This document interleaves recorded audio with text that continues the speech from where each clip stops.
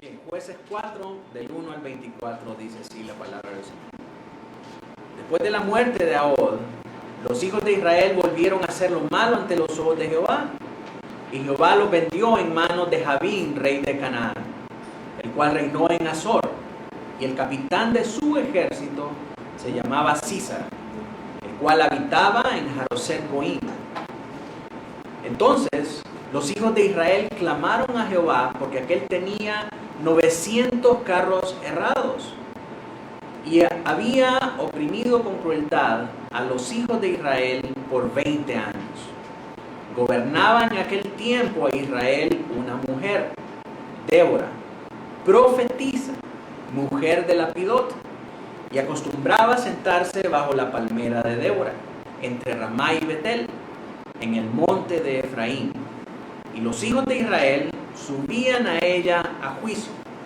Y ella envió a llamar a Barak, hijo de Abinoam, de Cedes de Neftalí, y le dijo: ¿no te ha mandado Jehová, Dios de Israel, diciendo: ve, junta a tu gente en el monte de Tabor, y toma contigo 10,000 hombres de la tribu de Neftalí y de la tribu de Zabulón, y yo atraeré hacia ti al arroyo de Sisón a Sísara, capitán del ejército de Jabín, con sus carros y su ejército, y lo entregaré en tus manos?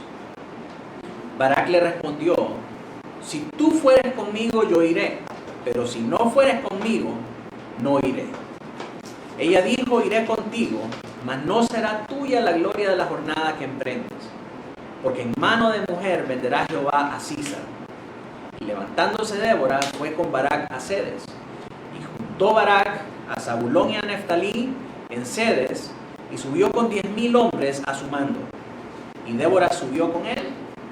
Y Eber-Seneo, de los hijos de Hobab, suegro de Moisés, se había apartado de los eneos y había plantado sus tiendas en el valle de Saanaim, que está junto a Cedes.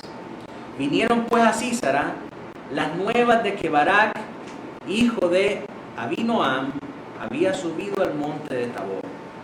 Y reunió Sísara todos sus carros, 900 carros cerrados, con todo el pueblo que con él estaba, desde Jaroset Goim hasta el arroyo de Sisón.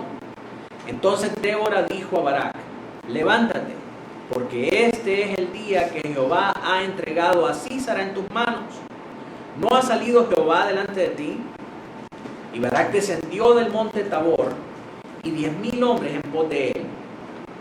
Jehová quebrantó a Sísara, a todos sus carros y a todo su ejército, a filo de espada delante de Barak, y Sísara descendió del carro y huyó a pie. Mas Barak siguió los carros y el ejército hasta Jaroset Goim, y todo el ejército de Sísara cayó a filo de espada, hasta no quedar ni uno. Y Sísara huyó a pie a la tienda de Jael, mujer de Eber-Seneo, porque había paz entre Jabín, rey de Azor, y la casa de Eber-Seneo. Y saliendo Jael a recibir a Sísara, le dijo: ven, señor mío, ven a mí, no tengas temor. Y él vino a ella a la tienda, y ella le cubrió con una manta. Y él le dijo: te ruego me des de beber un poco de agua, pues tengo sed. Y ella abrió un odre de leche y le dio a beber, y le volvió a cubrir. Y él le dijo: estate a la puerta de la tienda, y si alguien viniere y te preguntare diciendo: ¿hay aquí alguno?, tú responderás que no. Pero Jael, mujer de Eber, tomó una estaca de la tienda, y poniendo un mazo en su mano, se le acercó calladamente, y le metió la estaca por las sienes, y la enclavó en la tierra, pues él estaba cargado de sueño y cansado, y así murió. Y siguiendo Barak a Sísara, Jael salió a recibirlo, y le dijo: ven y te mostraré al varón que tú buscas. Y él entró donde ella estaba, y aquí Sísara yacía muerto con la estaca por la sien. Así abatió Dios aquel día a Jabín, rey de Canaán, delante de los hijos de Israel. Y la mano de los hijos de Israel fue endureciéndose más y más contra Jabín, rey de Canaán, hasta que lo destruyeron. El ciclo de Débora se presenta en el libro de Jueces en dos partes. En la primera es esta del capítulo 4 que acabamos de leer, y la otra aparece en el capítulo 5. En el capítulo 4 nosotros vamos a ver el esfuerzo del hombre en respuesta al llamado de Dios. Dios le había mandado algo a Barak, y entonces lo que vemos aquí narrado es lo que Dios le había mandado a los hombres que hicieran y el esfuerzo que los hombres hicieron por obedecer a Dios. Luego, ese es el esfuerzo del hombre. En el capítulo 5, nosotros vamos a ver la obra sobrenatural de Dios al darles una victoria imposible al pueblo de Israel sobre un enemigo poderoso y armado de tecnología hasta los dientes. El día de hoy vamos a estar estudiando solamente el capítulo 4, y para poder entenderlo, usted tiene ahí en un bosquejo las tres partes en las que he dividido esta enseñanza. La primera, vamos a ver el juicio de Javín en los versículos del 1 al 11. La segunda es la campaña de Débora y Barak en los versos del 12 al 16. Y la tercera es el sometimiento y la destrucción de Císara en los versos del 17 al 24. Y vamos a finalizar en esta jornada esta primera parte del estudio con algunas conclusiones acerca de esta lección, para luego discutir algunas aplicaciones prácticas para nuestra vida. Nuestro objetivo al estudiar estos capítulos son, en primer lugar, que podamos notar nuevamente el ciclo de redención que está presente en cada relato que vamos estudiando. Y vamos a ver que independientemente el villano que se levanta contra el pueblo de Israel, ya sea Cusán Risataín, Eglón o Javín, rey de los cananeos, independientemente del villano, Dios es todopoderoso para librar a su pueblo de la mano de su enemigo. Sin embargo, siempre que su pueblo persista en desobedecer, puede esperar que va a recibir hostilidad, va a recibir persecución y va a recibir tribulaciones de mano de sus enemigos. Nuestro segundo objetivo es que vamos a desbancar algunos mitos que son productos de la mala interpretación acerca de Débora como jueza de Israel y el uso distorsionado de la figura de Débora para promocionar erróneamente el ministerio pastoral en las mujeres. Esto a causa de una cultura de feminidad tóxica que se ha logrado infiltrar en las iglesias de nuestros días. El tercer objetivo que nos hemos trazado es poder resaltar la ausencia de liderazgo masculino y la disposición de las mujeres para obedecer al mandato de Dios, y de esta manera exhortar a los varones a que puedan tomar su rol de líder en el hogar, en el ministerio y en sus trabajos. Finalmente, el último objetivo que tenemos este día es aplicar la enseñanza de este texto a nuestra propia vida para evitar caer en los pecados de Israel y crecer en nuestro conocimiento de Dios y en la obediencia que le debemos como pueblo suyo.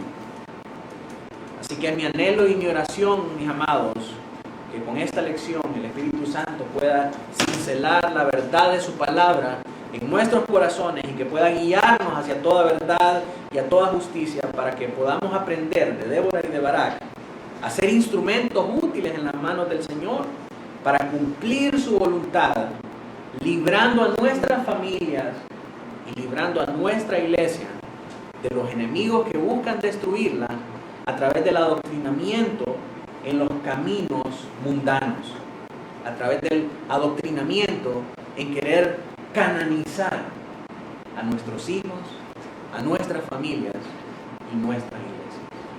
Así que vamos a buscar el rostro del Señor.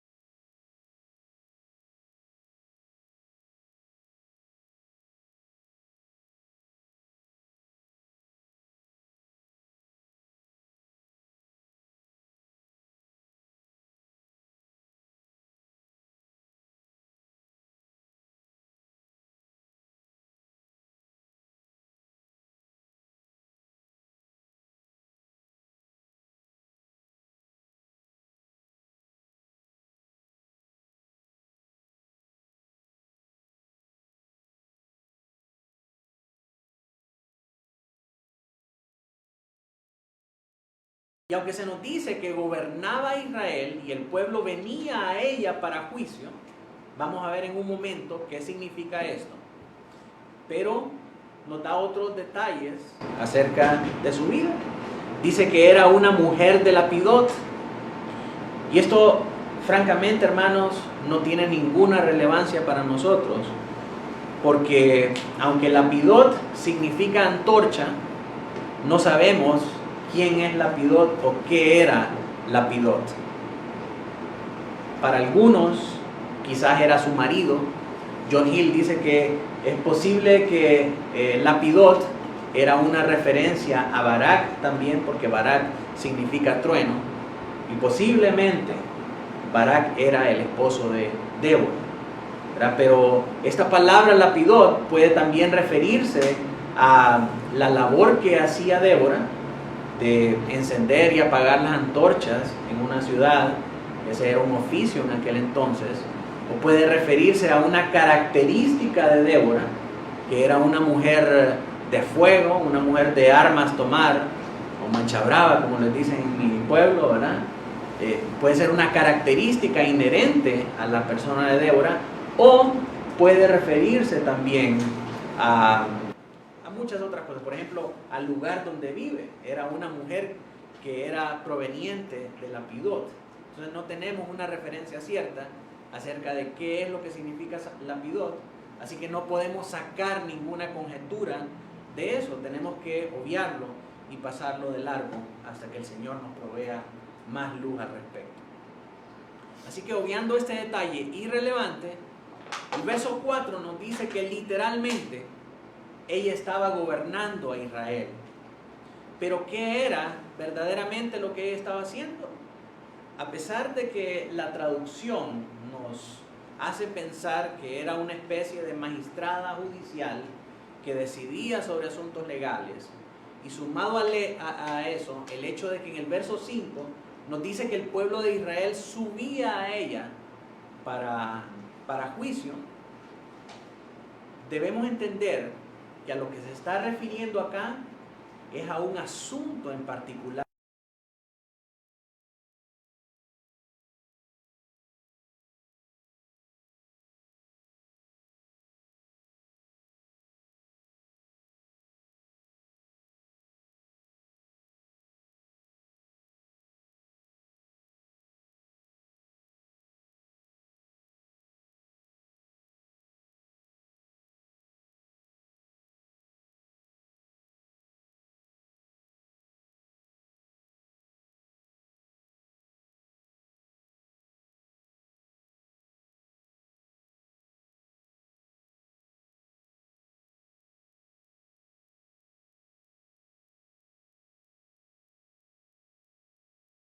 Y acerca de la voluntad de Dios para un problema en particular. Y en algunas traducciones, como en la Biblia de las Américas, en vez de gobernar, dice juzgar. Por lo tanto, lo que ella hacía era ayudarle al pueblo a discernir la voluntad de Jehová a través del oficio profético. Y mis hermanos, eso era lo que hacían los profetas en el Antiguo Testamento. El pueblo venía a ellos para conocer la voluntad de Jehová acerca de asuntos públicos. De manera que esto es lo que Débora estaba haciendo. Cuando le consultaron a Débora la voluntad de Jehová para un asunto en particular, Débora profetizó y les ayudó a conocer la voluntad de Jehová, a que tuvieran un juicio y un discernimiento acerca de cuál era la voluntad de Jehová.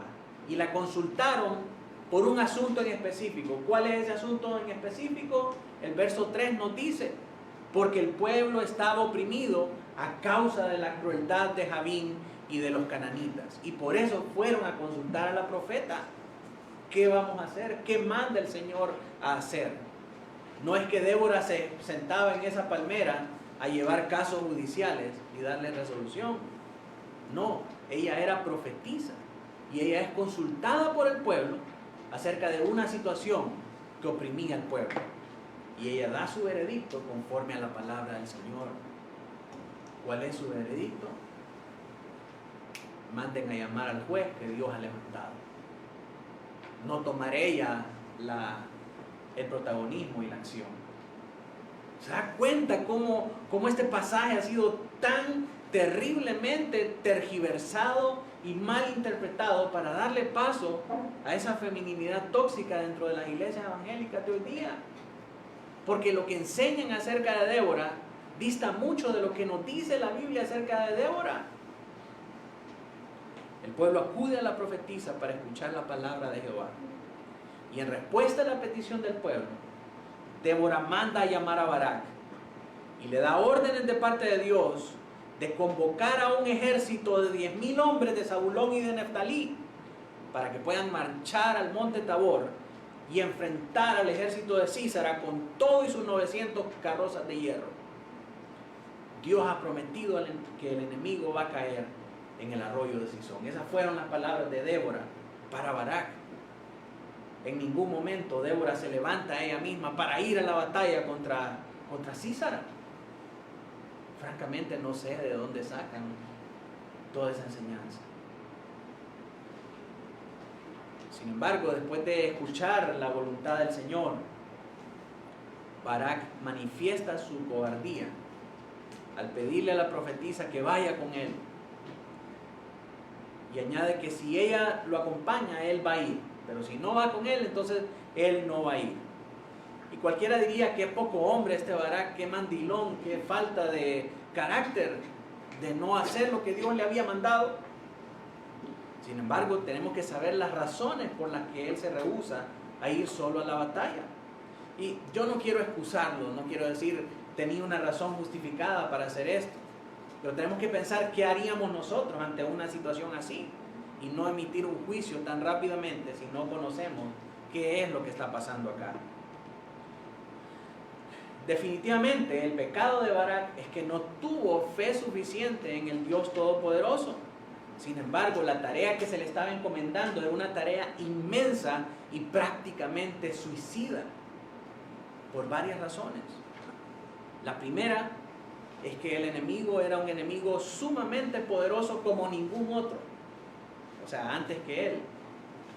Cusán Risataim era un doble enemigo. Vemos ahí la Babilonia y Asiria unidos en un solo enemigo. Era un enemigo numeroso. Eglón, pues Eglón no era un enemigo potente en comparación con Cusán Risataim. Pero este enemigo tiene la particularidad de que tiene carrozas de hierro. O sea, no solamente tiene tecnología, sino que la tiene en cantidades abrumadoras. Entonces cualquiera, al saber que tiene 900 tanques de guerra, que las carrozas eran como los tanques de guerra en aquel tiempo, cualquiera que escuche eso, se pone a temblar. Y lo estaban mandando con 10,000 hombres a pie a enfrentar a ese enemigo. Entonces definitivamente era una tarea inmensa y era una tarea abrumadora. Y en segundo lugar, es enviado al monte Tabor. Tenemos por ahí un monte Tabor. El monte Tabor era como un tazón invertido. Ganarle a Israel, imagínense lo que le mandan a hacer a Barak, que suba al monte Tabor para atacar a Sísara, que viene por el río Sison. Cualquier ejército que se suba ahí es presa fácil del enemigo. No hay nada que ellos puedan hacer que no se pueda anticipar.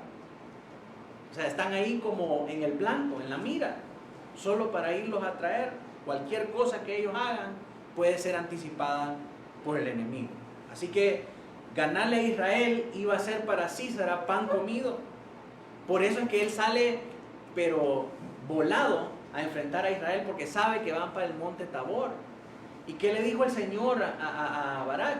Que de esta manera él iba a traer a Sísara hacia él. Entonces ellos estaban poniendo como cebo, como carnada, ahí en el monte Tabor, para que Sísara saliera de su fortaleza en, ¿cómo que se llamaba? Jerosat Goim, y que fuera a atacar al ejército de Israel. ¿Por qué? Porque iba a ser masacre, iba a ser pan comido. Cualquier general con un buen plan de batalla alinearía sus carrozas al pie de ese monte y esperar que se venga el ejército para para derrotarlo sin piedad, para masacrarlo en la batalla. Si el plan que le habían dado a Barak salía mal, el resultado era que ese día se iban a morir 10,000 soldados israelitas en manos de los cananeos. Entonces, Barak en realidad no se estaba oponiendo al mandato que le dio Jehová, sino que quería una especie de seguro, una especie de confirmación de que todo iba a estar bien con él y con su ejército. Pero por este comportamiento cobarde, Débora profetiza que el honor de destruir a Sísara va a recaer sobre una mujer. Cualquiera leyendo esto sin saber el resto de la historia, pensaría que a la mujer a la que se refería Débora era ella misma. Y quizás en ese momento Barak pensó también que se refería a Débora. Pero más adelante en el relato nos vamos a ver que se está refiriendo a alguien más, se está refiriendo a Yael. Y es aquí, después de ver todos estos elementos, que se reúnen este ejército en Cedes y en Sanaim como parte del plan para sacar fuera a Sísara y enviarlos en contra de Israel. Y entonces aquí se nos introduce a un tercer personaje de esta historia, y este lo encontramos en el verso 11. Este personaje es Heber el Ceneo. Heber el Ceneo vivía contiguo al lugar donde estaba llevándose a cabo la acción, en Sanaim. Y es hasta probable que Heber estuviera al servicio de Jabín, porque se nos dice ahí que había paz entre la casa de Jabín, entre su fortaleza y el lugar donde vivía este hombre, Heber el Ceneo. Y es muy probable que Heber hubiera estado al servicio de Jabín como jefe mercenario a cargo de mantener abierta la ruta de comercio en beneficio de los cananeos. Sin embargo, este Heber se nos dice ahí que era ceneo, y estos ceneos, usted se recuerda de la historia de Caleb y de Otoniel, eran parientes políticos de Moisés, eran parientes del suegro de Moisés. Entonces, Heber es un hombre de una dudosa lealtad y hasta despreciado por su propia familia por esta dudosa reputación que él tenía. Él está traicionando a su propia familia al alinearse con el rey Jabín, y incluso a sus mismos seguidores al ayudar a un ejército enemigo y estar alineado con ellos. Entonces, aquí vemos en esta batalla cómo se alinean todos los elementos para traer juicio a Jabín y para lograr la caída del ejército cananeo. En segundo lugar, tenemos la campaña de Débora y Barak. Esta la encontramos en los versos del 12 al 16. Y como mencionamos anteriormente, el monte Tabor, a donde ellos están como carnada, como anzuelo, era completamente indefendible contra el poder militar de los cananeos. Así que Sísara se apresura y toma la ventaja para llegar desde Aroset Goim hasta este monte Tabor, con la esperanza de rodear el monte para emboscar a Barak. Pero Débora, que había ido con Barak a la batalla, declaró que la oportunidad se iba a voltear a favor de Barak y que el ejército de Sísara iba a ser destruido. Para alguien que estaba ahí y sabía lo que ellos tenían contra lo que se enfrentaban, sin duda eran pronósticos muy reservados. No sé cómo lo vamos a hacer, pero ya la profetisa dijo que íbamos a ganar. Esa era prácticamente la actitud del ejército de Israel en ese momento. Entonces, un ejército de 10,000 hombres de a pie de Barak abandona la trampa mortal, nos dicen estos versos del 12 al 16, y descienden hacia el río Sison para encontrarse con la indestructible fuerza de avanzada tecnología metalúrgica de Sísara. Y amados, militarmente hablando, quien lee esta historia con un sentido común, podía darse cuenta que es virtualmente imposible que 10,000 hombres a pie puedan vencer a 900 hombres en carrozas de hierro. Es imposible. Pero toda la trama que se ha venido acumulando en esta serie de elementos y contándonos con detalle todo lo que está pasando, cuál era la estrategia, toda esa acumulación de elementos se disipa con 8 palabras en el idioma hebreo. El verso 15 nos dice que pasó lo impensable. Y Jehová quebrantó a Sísara, a todos sus carros y a todo su ejército. Dios se hizo presente. Dios se hizo presente y quebrantó el ejército de los cananeos. ¡Wow! ¿Por qué no se nos ocurrió antes haber pensado Barak?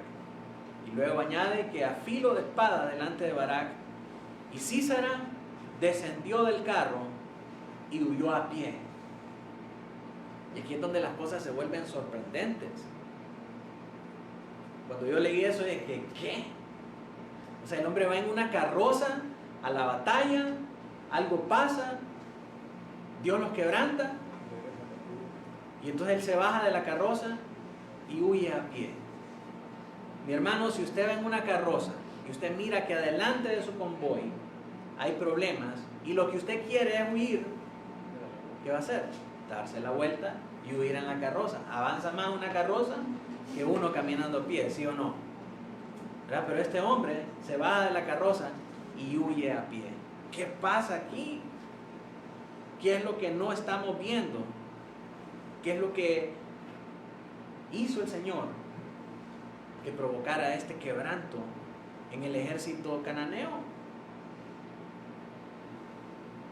El texto original nos dice que el ejército fue confundido, pero en este capítulo no se nos dice qué fue lo que pasó, no se nos dice qué fue lo que hizo Dios. Definitivamente algo grande tiene que haber pasado, algo inesperado, pero no se nos dice qué. El texto no está interesado en los detalles de la batalla. Y esto es algo raro en el libro de Jueces, porque el libro de Jueces es bien meticuloso y es bien detallista en los relatos que da. Si no, recuérdese que cuando hablamos de Eglón, nos da detalles tan específicos que hasta los intestinos se salieron de la gran herida que le pegó a Og, y que fue tan profunda que hasta su daga quedó ensartada dentro del estómago de Eglón. El libro de Jueces es amplio en detalles, pero aquí se obvia ese gran detalle. ¿Por qué razón? Recuérdense, lo vimos al principio. ¿Se recuerdan?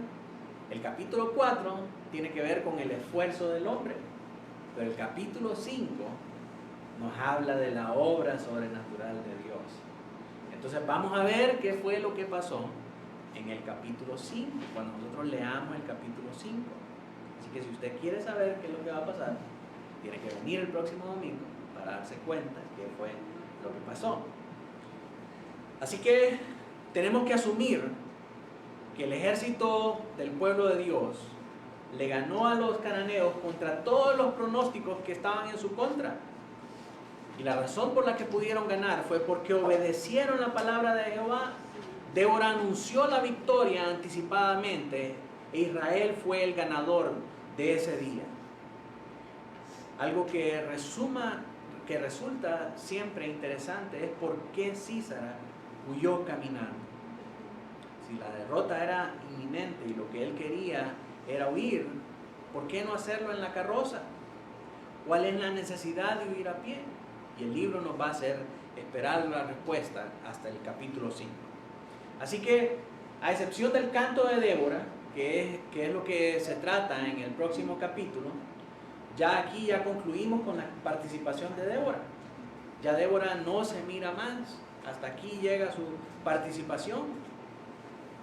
Y aunque ella es llamada jueza, por el hecho de que el pueblo de Israel subía a ella para juicio, en todos sus 16 versículos, en todos los 16 versículos en los que ella aparece, lo único que ella hace es profetizar.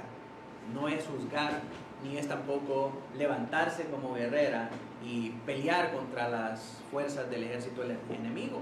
Ella solamente se limita a su labor profética, a su oficio profético. No hace nada más. Ella dirige los planes de la batalla y anuncia anticipadamente la victoria. Esa es la participación que tiene Débora en toda esta historia. Ella no es la protagonista de la historia, pero sin duda, si fuera la premiación de los Óscares, se llevaría un Óscar por su rol de apoyo al personaje principal. ¿Verdad? Sin Débora, la victoria de Barak no hubiera podido ser posible. Ella juega un papel preponderante, pero no es el foco de la historia. ¿Quién es el foco de la historia? Ni siquiera Barak. Es el Señor. Eso sobrenatural que hizo Dios para confundir al ejército y quebrantarlo a filo de espada. Entonces, esto es lo único que Débora hace: profetizar, dirige los planes de batalla y profetiza anticipadamente la victoria. Y hermanos, en el Salón de la Fama de los héroes de la fe, a quien se menciona es a Barak, no a Débora. Busque conmigo Hebreos 11:32. Hebreos 11:32 es el Salón de la Fama de los héroes de la fe. Ahí están todos los que el Señor reconoce como héroes de la fe en el desarrollo de esta historia redentiva. Y cuando vemos ese Salón de la Fama, quien aparece ahí es Barak. ¿Por qué? Porque esta historia es del juez Barak, no de Débora la profetisa. Mira lo que dice Hebreos 11:32. ¿Y qué más diré? Porque me faltaría tiempo para hablar de Gedeón, de Barak, de Sansón, de Jefté, de David, de Samuel y de los profetas. Débora no aparece porque Débora no era la jueza de Israel, era Barak. Y mete a Barak en el saco de los jueces que está mencionando ahí. Barak, Sansón, Jefté, Gedeón, todos esos son jueces del mismo periodo, del mismo libro. El juez de la historia era Barak, no Débora. Nunca se nos dice que Dios levantó a Débora. No se le llama a Débora libertadora, sino que madre. En sus propias palabras ella dice que ella es madre de Israel. Jueces 5:7 dice: cesaron los campesinos, cesaron en Israel, hasta que yo, Débora, me levanté, hasta que me levanté como madre de Israel. ¿Y qué hizo la madre? ¿Cuál fue la función materna que cumplió Débora? Ella llamó a Barak, le dio una tarea, él se queja, reniega acerca de eso, pero ella lo afirma con una señal. Y esto mismo vamos a ver nosotros, que hace el ángel de Jehová con Gedeón en el próximo ciclo. Pasemos de este ciclo de Débora y Barak, vamos a ver la historia de Gedeón y vamos a ver que el ángel de Jehová hace esto que hizo Débora con Barak, lo hace el ángel de Jehová con Gedeón.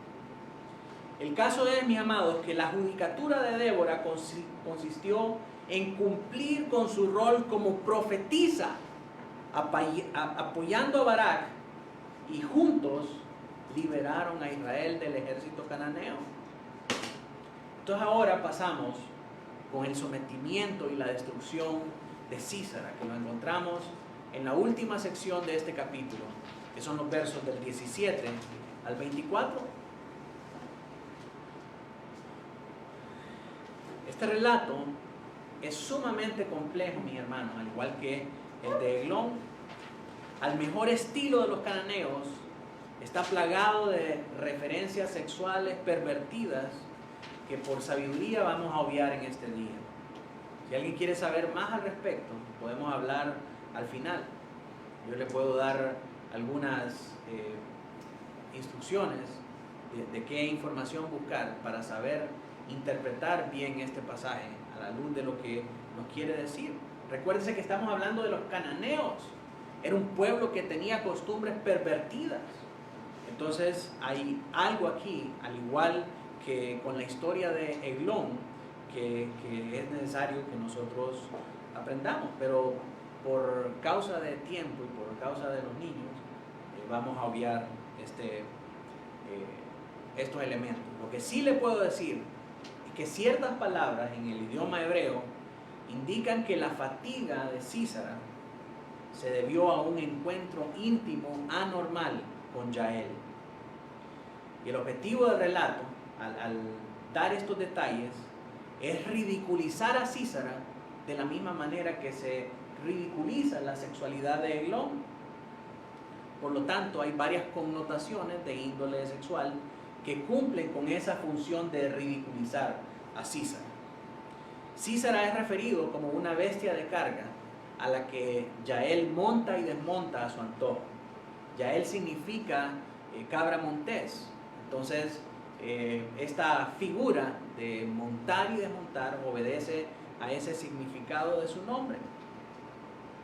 Y esto a su vez es un recordatorio para nosotros de cómo Adoní-Besek es reducido a la impotencia en el primer capítulo de Jueces. ¿Se acuerda usted del relato de Adoní-Besek? Dice que le cortaron los pulgares y comía migajas debajo de la mesa. Era una crueldad, era una deshumanización de ese personaje. Y eso mismo es lo que encontramos aquí en este relato de Sísara. Todo esto para dejarnos ver que los extranjeros, los que son ajenos al pueblo de Dios, son personificados siempre como torpes, como ingenuos e influenciados por sus más bajas pasiones, influenciados por las perversiones de su corazón, por la pecaminosidad y por su propia iniquidad. Ser asesinado por una mujer era considerado en aquella época algo sumamente vergonzoso. Pastor, qué machista vino hoy. De ninguna manera, porque la Biblia nos dice que esto era en efecto así. Nosotros lo podemos encontrar en el relato de la muerte de Abimelech. Esto está en Jueces 9:54. Si quiere, búsquelo ahí y apúnteselo para que lo recuerde y se lo pueda mostrar a las amigas feminazis y las mujeres que defienden la causa de Débora.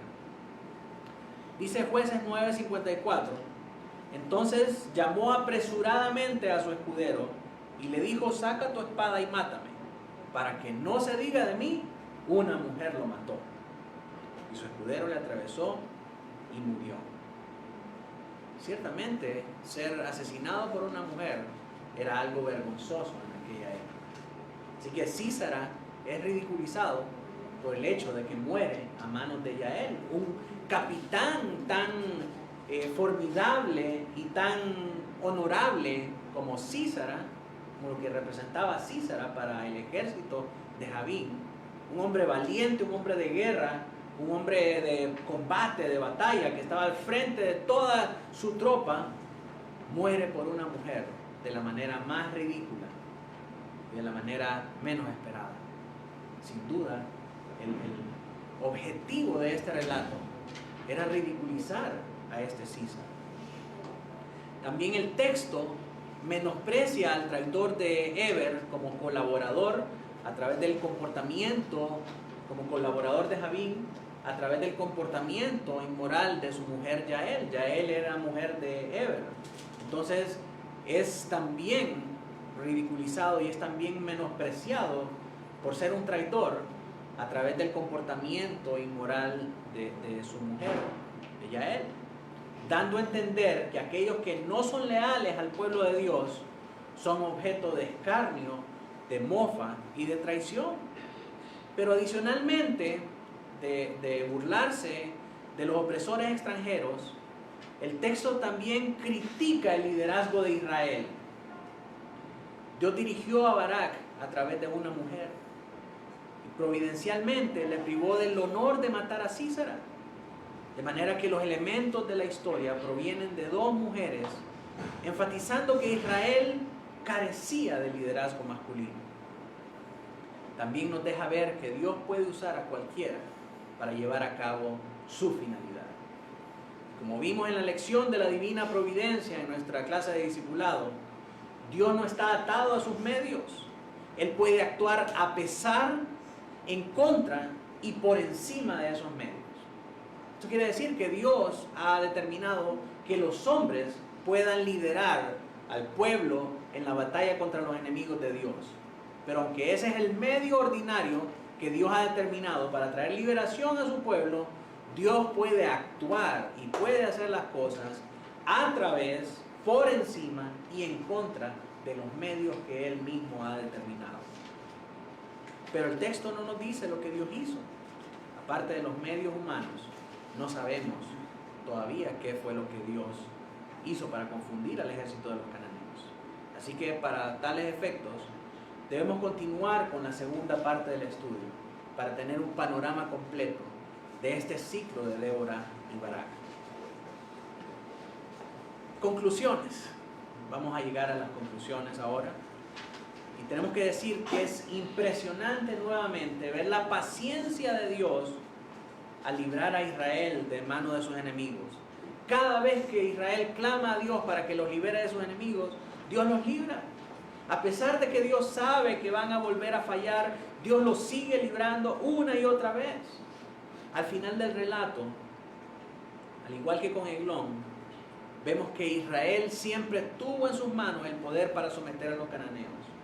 Solo que a causa de su desobediencia, estaban adormecidos. Y soportaron esa situación por 20 años. Por 20 años soportaron la crueldad de Jabín y de los cananeos. ¿Qué tan grande sería su dureza para que soportaran la crueldad de sus opresores por tanto tiempo? Sin embargo, cuando despiertan y claman a Dios, Dios les manda a un libertador para salvarlos de una manera sobrenatural de un enemigo virtualmente invencible. Para ellos la misión parecía suicida, pero para Dios no hay nada imposible. A través de una lectura y un análisis minucioso del texto en su trasfondo histórico y cultural, hemos visto que en ningún momento Débora es una figura autoritativa para Israel. La autoridad que ella ostenta, tanto ella como Yael, son circunstanciales y están limitadas por Dios según su campo de acción. Cada una de ellas, al igual que Samgar, hizo lo que sabía hacer con lo que tenía a la mano y en el lugar en donde estaba. En el caso de Débora, ella aporta sabiduría al pueblo para un asunto específico en una ocasión específica. No era que ella se dedicaba a dar juicio sobre los asuntos públicos del pueblo de Israel. En ningún sentido, mis hermanos, es sabio hacer de este relato una norma de vida para Débora. Ella no iba por ahí comandando a Israel en todos los asuntos del pueblo. Cuando era consultada, ella profetizaba de parte de Jehová porque entendía que esa era su función. En sus propias palabras, ella era madre de Israel, no lideresa del pueblo, no libertadora del pueblo. Similarmente con Yael, su acción está circunscrita a una ocasión en específico. No era que Yael iba por ahí guerreando como una amazona contra todos los enemigos de Israel. Es totalmente equívoco e infundado tomar sus ejemplos para hacer un dogma que es deber de las mujeres levantarse y tomar el liderazgo, pues ni Débora ni Yael figuraron en tal posición, sino que ellas refirieron la autoridad y el deber a los varones. Con esto no quiero demeritar la obra que Dios llevó a cabo con la magnífica intervención de Débora y de Yael. Al contrario, gracias a Dios por estas mujeres benditas y por su disposición. Pero quiero que note que en lugar de ser esa la regla, esta es la excepción. Dios permite esta excepción por la ausencia de liderazgo masculino en Israel. Y no era que no estaba presente el liderazgo masculino, sino que estaba adormecido. Y cuando permite la intervención de las mujeres, es para despertar a los hombres. ¿Por qué? Porque el hombre fue hecho para liderar y la mujer para acuerpar el liderazgo del hombre. Ninguno es más importante que otro. Los dos se complementan. Cualquier otra enseñanza que contradiga este enunciado es una perversión del diseño original de Dios para el hombre y la mujer. Todas estas cosas nos dejan una gran enseñanza a nosotros. Y realmente espero que podamos aplicarlas y no solamente dejarlas a nivel de información intelectual. ¿Cuáles son algunas aplicaciones que nosotros podemos aprender? La primera y más obvia es que nosotros somos igual que Israel, duros y obstinados y continuamente siendo esclavizados por nuestros enemigos a causa de nuestra desobediencia. Sin embargo, vemos que cuando Israel caía en pecado, permanecía en él por grandes periodos de tiempo. Y la experiencia de permanecer tanto tiempo en sus pecados es que no es nada bonito. Ellos no lo estaban pasando bien, ellos no lo disfrutaban, sino que esa es la razón por la que van afligidos a consultarle a Débora qué hacer. Lo que le trajo a Israel estar en el pecado no fue deleite, sino opresión, crueldad, hostilidad, sufrimiento y miseria. Y lo toleraron por 20 años. Por 20 años. En el momento en que se levantaron y clamaron a Dios, Dios los escuchó y mandó un libertador. Pero a pesar de que Dios nos libra de todos nuestros opresores, no debemos hacer de su bondad, de su gracia y de su misericordia un juego para estar entrando y saliendo del pecado. Porque la paciencia del Señor llega a su límite. Si estudiamos la línea de tiempo de Israel, el desenlace fatal es que Dios los desechó completamente hasta el día de hoy. No esperes que esto pase. Arrepiéntete hoy de tus pecados. Pídele a Cristo que te libre de una vida vacía y sin Él. Quiero hablar al corazón de las hermanas. Que Dios les conceda el discernimiento para llevar a cabo su función como ayudas idóneas, despertando a los barak que hay en su casa, recordándoles su función como sacerdotes del hogar, no usurpando su papel, sino que despertando el liderazgo en ellos, ayudándoles a ser el sacerdote que deberían de ser, apoyándolos cuando no han orado, cuando no han liderado el culto familiar, cuando no quieren entrar al discipulado, cuando no quieren orar, cuando no quieren entrar a la escuela bíblica, cuando no quieren hacer las tareas que deja el pastor. Débora en hebreo significa dabar. Dabar significa abeja. Dele una picada con el aguijón cuando no quiere hacer las cosas, cuando no haga caso. Dabar también se confunde frecuentemente con la palabra hebrea para la palabra que es deber. Dabar y deber. Así que recuérdele la palabra del Señor. Y si es soltera, despierte sus instintos maternales y levante a los varones de su casa y de su iglesia. Sea una madre de Israel como Débora. Así que ahora pasamos a los varones también. Hay para todos hoy.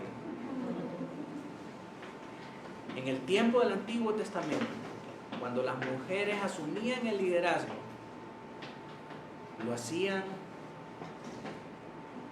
por orden de Dios, por permiso de Dios, pero lo hacían para juicio de los varones.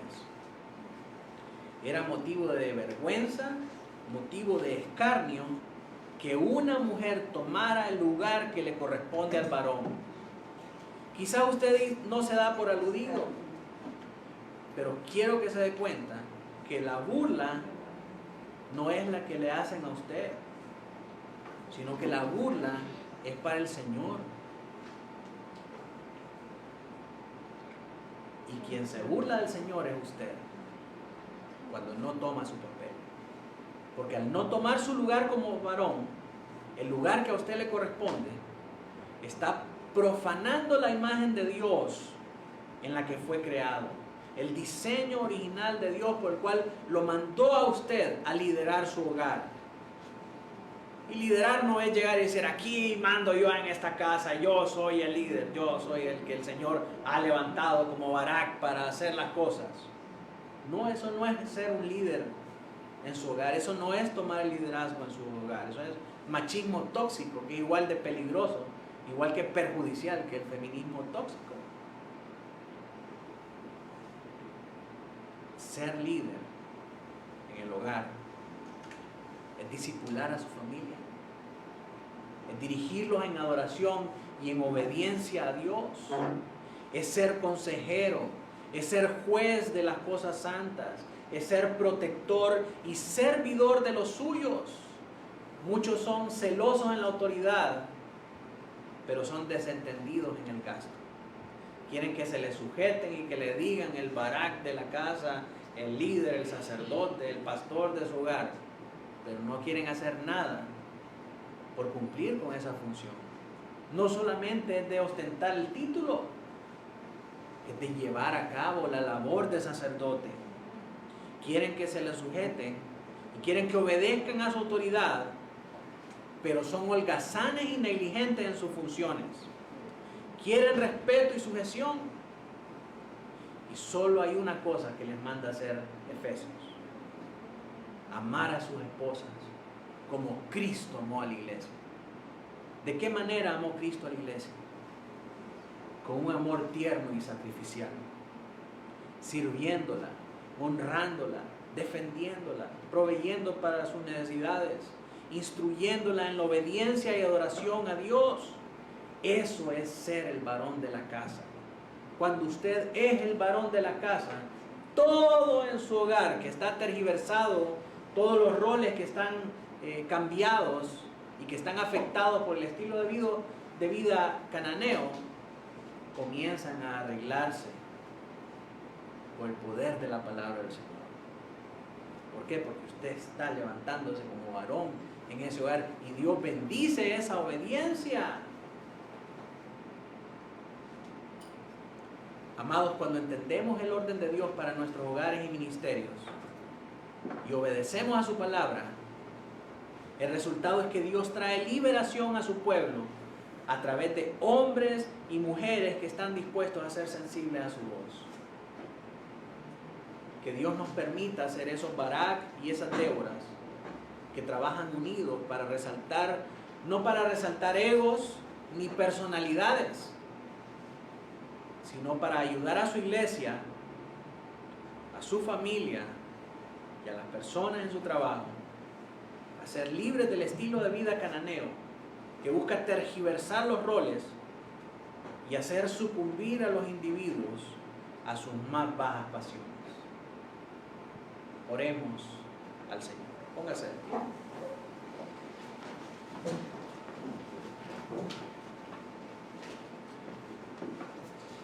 Señor Dios Todopoderoso, te damos gracias en esta mañana por haber hablado a nuestras vidas y a nuestros corazones acerca de la necesidad de levantarnos como hombres y mujeres, Señor, que entienden su rol, que entienden su función en el marco del diseño original tuyo, Señor, para las familias.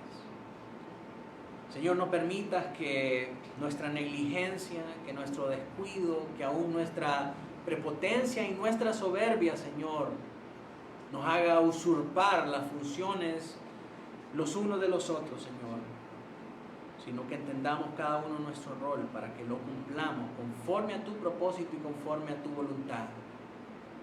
Ayúdanos, Señor, a ser Barak, que se levantan, Señor, y obedecen al mandato sin pensar o estar afanados, Señor, con nuestro propio bienestar y con nuestra propia comodidad, sino que obedecemos sin reserva, Señor, tu mandato, tu palabra, porque nos deleitamos constantemente en ella, porque cumplimos, Señor, con la función que tú nos has mandado como sacerdotes de hogar. Ayuda a mis hermanas, Señor, en esta mañana a ser Déboras, pero no esas Déboras que promueve el mundo, Señor, que promueven las iglesias que no tienen la luz de tu palabra, que lo que hacen es promover una feminidad tóxica, Señor. Libra a nuestras familias, libra a nuestras mujeres, libra a nuestra iglesia, Señor, de esa influencia satánica. Que puedas levantar mujeres que sean madres de Israel como Débora, Señor. Que con instintos maternos, que con el entendimiento de su función como ayuda idónea, pueda levantar hombres bíblicos, Señor, que puedan liderar, que puedan educar a sus hijos en la virtud de ser hombres que toman su lugar. Hombres, Señor, que no temen al adversario porque son obedientes a ti. Líderes humildes, tiernos, servidores, Señor, que aman a las mujeres y que dan su vida por ellas, Señor, así como Cristo amó a la iglesia. Padre, que aquellos que no te conocen puedan ver en la dureza de Israel, en los efectos del pecado para el pueblo, Señor, que puedan ver esos efectos en sus propias vidas, Señor, y que no dejen pasar 20 años para venir a ti, Señor. Que sean sensibles hoy a tu voz, que atiendan a tu llamado. Espíritu Santo, hace en ellos el milagro del nuevo nacimiento, trae arrepentimiento a sus vidas y llévalos, Señor, a poner su confianza para salvación en ti. En el nombre de Jesús oramos.